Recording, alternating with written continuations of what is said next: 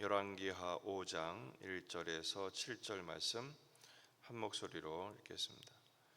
아람 왕의 군대 장관 나아만은 그의 주인 앞에서 크고 존귀한 자니 이는 여호와께서 전에 그에게 아람을 구원하게 하셨음이라. 그는 큰 용사이나 나병 환자더라. 전에 아람 사람이 떼를 지어 나가서 이스라엘 땅에서 어린 소녀 하나를 사로잡으매 그가 나아만의 아내에게 수종들더니 그의 여주인에게 이르되 우리 주인이 사마리아에 계신 선지자 앞에 계셨으면 좋겠나이다. 그가 그 나병을 고치리이다 하는지라. 나아만이 들어가서 그의 주인께 아뢰어 이르되 이스라엘 땅에서는 온 소녀의 말이 이러이러하더이다 하니 아람 왕이 이르되 갈지어다. 이제 내가 이스라엘 왕에게 그를 보내리라 하더라. 나아만이 곧 떠날새 은 10달란트와 금 6,000개와 의복 10벌을 가지고 가서 이스라엘 왕에게 그 글을 전하니 일렀을 때 내가 내 신하 나아만을 당신에게 보내오니 이 글이 당신에게 이르거든 당신은 그의 나병을 고쳐 주소서 하였더라. 이스라엘 왕이 그 글을 읽고 자기 옷을 찢으며 이르되 내가 사람을 죽이고 살리는 하나님이냐? 그가 어찌하여 사람을 내게로 보내 그의 나병을 고치라 하느냐? 너희는 깊이 생각하고 저 왕이 틈을 타서 나와 더불어 시비하려 함인 줄 알라 하니라. 아멘. 본문에 계시된 주님은 어떤 분이십니까? 긍휼히 여기는 마음으로 치유의 길을 열어주시는 분이십니다. 아람 군대의 장관인 나아만이 나병에 들었습니다. 이 나병은 불치병이죠. 당시로서는. 그리고 천형에 해당이 되는 저주받은 사람의 대명사이기도 했습니다. 그는 아람국의 군대 장관입니다. 당시 아람은 이스라엘과 적대적인 관계일 뿐 아니라 당시 아람이 가장 강성해졌을 때에 이기 때문에 북이스라엘에게는 굉장히 위협적인 존재였습니다. 오늘 본문 1절에서는 그 주인 앞에서 아람 왕 앞에서 크고 존귀한 자라 그랬습니다. 넘버 2죠. 왕 다음으로 군사력을 갖고 있는 그의 힘과 그 다음에 부와 권력과 명성이 가장 절정에 이른 상황이었습니다. 하지만 그가 갖고 있는 그 힘, 국가와 군대와 소유와 명성의 힘이 그를 지켜주지 못하죠. 왜냐하면 나병 환자였기 때문입니다. 1절에 좀 의외의 문구가 나옵니다. 이는 여호와께서 전에 그에게 아람을 구원하게 하셨습니다. 이 나아만이 아람 군대의 군대 장관이 되고 크고 존귀한 자, 큰 용사가 된 것은 하나님이 아람을 구원하게 하시는 은혜를 베푸신 적이 있기 때문이다라는 것이죠. 하나님은 적국에게도 하나님을 모르는 자들에게도 은혜를 베푸시는 분이십니다. 그러나 아람은 그것을 알지 못하죠. 그리고 자기가 얻은 줄 압니다. 하지만 나병에 걸림으로 말미암아 나환자가 되어 이제 그는 절망적인 존재가 되었습니다. 그때 포로로 잡아온 전쟁 포로 노예로 잡아온 어린 소녀 하나가 갑자기 나타납니다.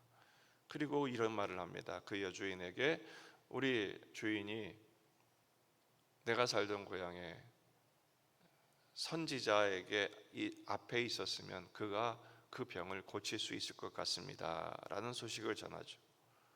놀랍게도 정말 그 높은 사람이 어린 전쟁도의 소녀 한 말을 그 말 한마디가 순식간에 전달이 됩니다. 나아만에게 전달되고 나아만은 왕에게 전달을 합니다. 그러자 왕이 득달같이 서신을 보내겠다, 선물을 보내겠다. 그래서 병을 고쳐 달라고 왕에게 부탁하는 서신을 보냅니다. 그때 왕은 그 말을 듣고 옷을 찢고 틈을 타서 우리를 시비하려고 하는구나, 또 공격하는구나. 그렇게 오늘 본문이 끝나고 맙니다. 오늘 본문에서 우리는 두 가지 중요한 초점을 놓치지 말아야겠습니다. 첫째는 큰 용사보다 큰 믿음이 오늘 본문에 소개되어 있습니다. 바로 노예로 팔려간 어린 소녀의 믿음입니다. 3절 말씀입니다. 그의 여주인에게 이르되 우리 주인이 사마리아에 계신 선지자 앞에 계셨으면 좋겠나이다. 그가 그 나병을 고치리이다. 아무도 고칠 수 없다고 생각했어요. 아니 그 큰 나라의 넘버 2인데 뭐 안 해본 게 있겠습니까? 아마 그 나라뿐 아니라 세계 각국의 온갖 방책을 다 동원하지 않았겠습니까? 다 해봤겠죠. 하지만 안 된 것입니다. 그런데 이 어린 소녀가 믿음을 보입니다. 어떤 믿음입니까? 하나님의 선지자가 고칠 수 있다. 그건 뭐예요? 하나님이 고치실 수 있다라는 믿음입니다. 또 하나는 하나님의 긍휼을 갖고 있었어요. 이 어린 소녀, 그 전쟁 노예의 생명은 파리 목숨보다도 못한 것이었습니다. 그런데 생각해 보십시오. 그 어린 나이에 노예로 끌려왔어요. 부모님하고 생이별을 했어요. 그리고 노예로 산다는 것은 얼마나 고단한 일이었을까요? 아마 그 속에 원한과 복수심과 그 주인에 대한 반감과 그런 것이 왜 없었겠습니까? 근데 놀랍게도 우리 주인은 고치실 수 있습니다. 이거는 자연적으로 그가 갖게 된 마음이 아닐 거예요. 그것은 하나님이 넣어주신 긍휼의 마음일 것입니다. 여러분, 오늘 이 본문을 통해서 우리가 이 믿음과 이 긍휼을 달라고 기도해야 될 것 같아요. 우리는 거의 모든 사람들이 원통함을 갖고 있습니다. 한나처럼 내 인생에 해결되지 않은 문제로 인해서 원통함을 갖고 있습니다. 인정하든 인정하지 않든 우리는 평생을 이 고통과 고난과 한 가지 문제가 아니라 계속 쌓이는 문제들로 인해서 참 마음의 아픔, 그것을 품고 가는 존재들인 것 같습니다. 그럼에도 불구하고 하나님은 고치실 수 있다, 하나님은 해결하신다라는 믿음이 있어야 합니다. 뿐만 아니라 하나님의 마음을 가져야 되죠. 긍휼히 여기는 마음. 그래서 이 어린 소녀가 절망적인 큰 용사 나아만에게 복음을 전하지 않습니까? 본인이 얼마나 불행한지, 본인이 얼마나 불쌍한 형편에 놓여 있는지를 호소하지 않고 불쌍한 형편에 놓여 있는 사람의 사람에게 복음을 전하는 중심, 이거는 주님의 마음이 아니면 아니죠. 안 되는 것입니다. 그래서 마태복음 5장 6절, 긍휼히 여기는 자는 복이 있나니 그들이 긍휼히 여김을 받을 것이다. 여러분, 우리가 이 긍휼히 여기는 마음의 사람들이 되시기를 주의 이름으로 축복합니다. 반면에 이 이스라엘 왕을 보십시오. 7절을 보면 이스라엘 왕이 그거를 읽고 자기 옷을 찢으며 이르되 내가 사람을 죽이고 살리는 하나님이냐? 그 어찌하여 사람을 내게로 보내 그의 나병을 고치려 하느냐? 너희는 깊이 생각하고 저 왕이 틈을 타서 나와 더불어 시비하려 함인 줄 알라. 아람 왕의 서신을 읽고 이스라엘 왕이 옷을 찢고 호들갑을 떱니다. 근데 놀랍게도 그의 말 속에 하나님을 향한 지식이 없는 게 아니에요. 내가 사람을 살리고 죽이는 하나님이냐? 하나님을 알고 있지만 하나님을 믿지 않는 거죠. 하나님은 정말로 사람을 살리고 사람을 죽이고 하시는 생명의 주권자요, 온 세계의 통치자이지 않으십니까? 그렇다면 이 왕도 하나님을 믿었어야죠. 하나님 도대체 이게 무슨 일입니까? 하나님을 구했어야죠. 더군다나 이 나라는 엘리사 보유국 아니에요? 엘리사를 알고 있었고 하나님의 선지자가 바로 그 나라에 있었는데 그 하나님께 구하든 엘리사에게 구하든지 하나님께 엎드리든지 했어야 되죠.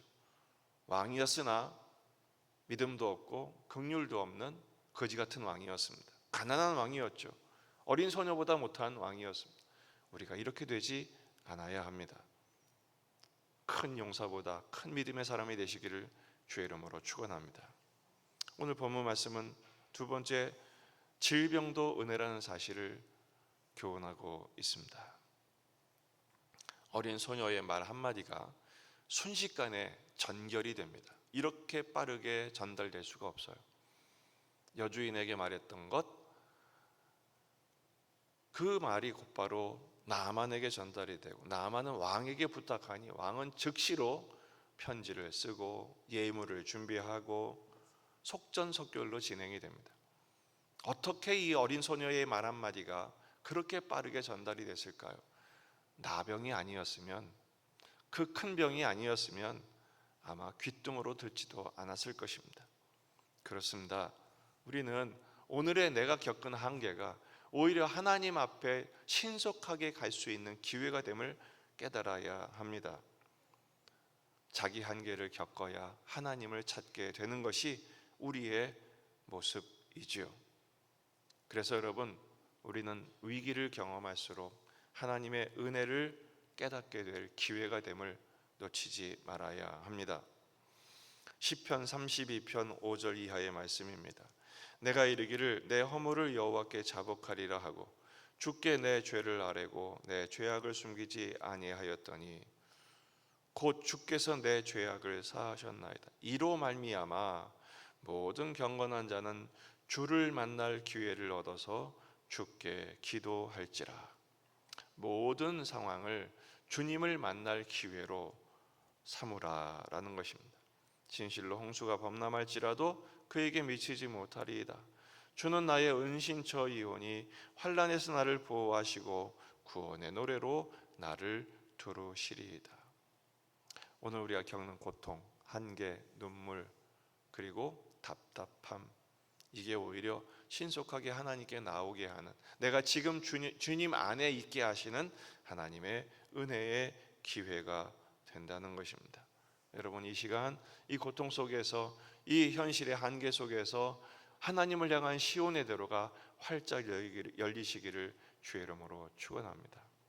인터넷도요, 품질이 달라요. 어떤 인터넷은 한참 걸립니다.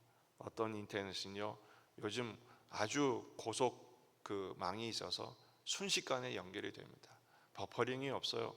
여러분, 하나님께 가는 버퍼링이 없어야 해요. 주님께 신속하게 연결이 돼요. 우리의 현실의 닫힘이 오히려 주님을 향한 열림으로 우리에게 큰 은혜의 기회가 되는 것을 깨닫고 낙심하지 마십시다. 포기하지 마십시다. 기다리고 기대하며 기도하십시다. 주님이 순식간에 응답하사 하나님의 놀라운 은혜로 큰 믿음의 사람으로, 큰 긍휼의 삶으로 하나님이 우리를 바꿔 주실 줄 믿습니다. 오늘 저녁 금요 기도회는 예수님의 기도학교 6번째, 예수님의 감사기도에 대해서 함께 묵상하도록 하겠습니다. 다 같이 기도하겠습니다.